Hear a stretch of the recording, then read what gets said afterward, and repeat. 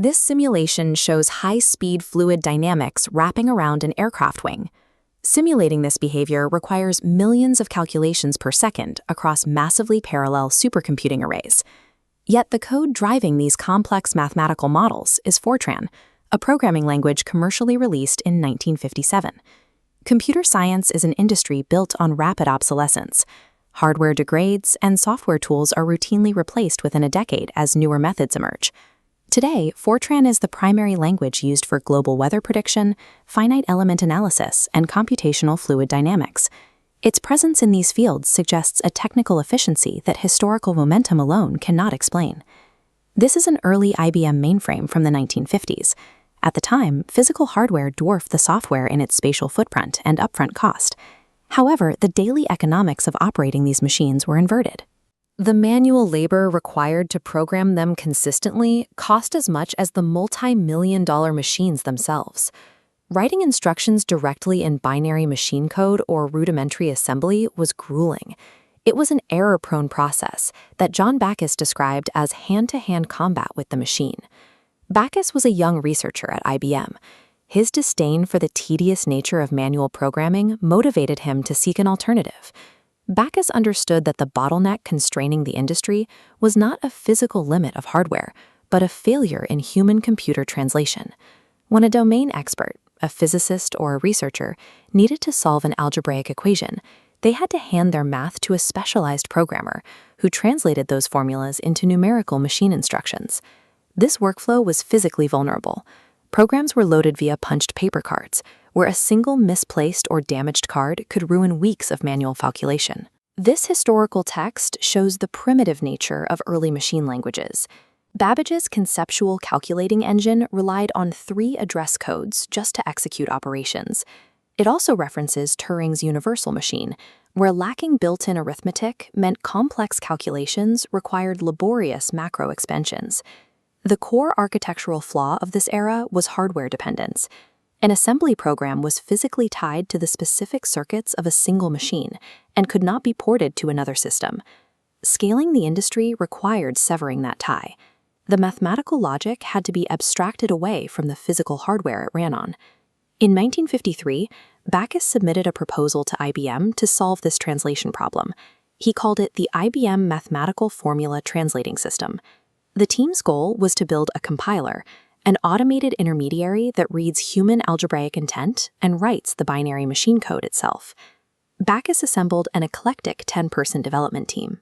The group included cryptographers, a chess wizard, and Lois Hypt, a mathematician hired straight out of Vassar College.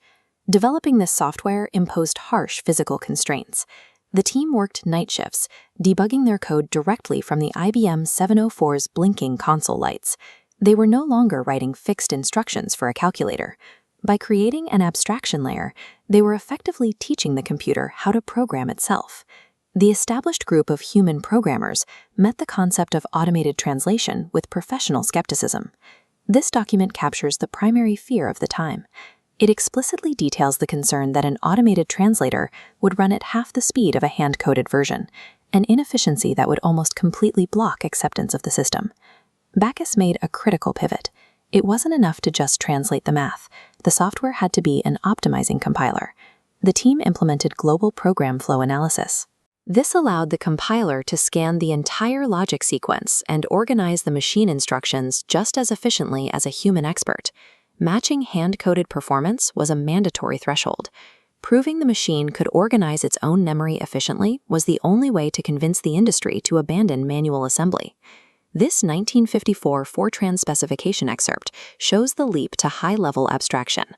Line 3 shows the do loop, automating repetitive math steps without redundant instructions. It also established implicit typing, where variables starting with I through n defaulted to integers. The labor compression was massive. A typical manual assembly program spanning 1,000 lines of code was reduced to 47 lines of human-readable algebra. The syntax achieved Backus's ultimate goal. Scientists and engineers could input mathematical problems directly into the machine, bypassing the specialized programmer translation layer. This brings us back to the modern paradox. If computer science has advanced so aggressively since 1957, Why haven't flexible modern languages like C++, Java, or Python absorbed Fortran's scientific workloads? The answer lies in a specific architectural vulnerability found in C-style languages, known as pointer aliasing. This illustrates pointer aliasing. Multiple independent pointers reference the exact same memory block. A change from one pointer secretly alters the data for another. This tangled structure forces modern compilers to act conservatively. They cannot guarantee data state, preventing aggressive mathematical optimizations. Languages like Python and Java introduce computational overhead.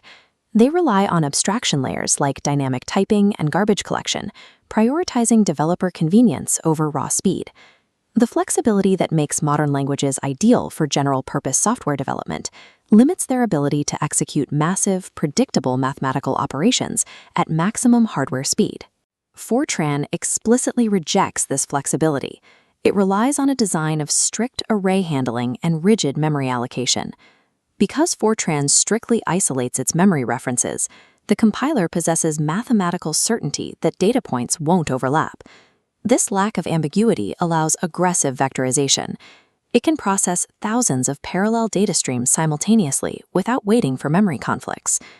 This symbiosis between rigid language constraints and compiler optimization is the reason Fortran remains the standard for scaling across multi-core supercomputers.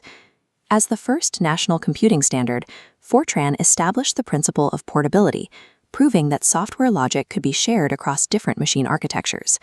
The language persists because Backus's team prioritized execution speed over general-purpose flexibility.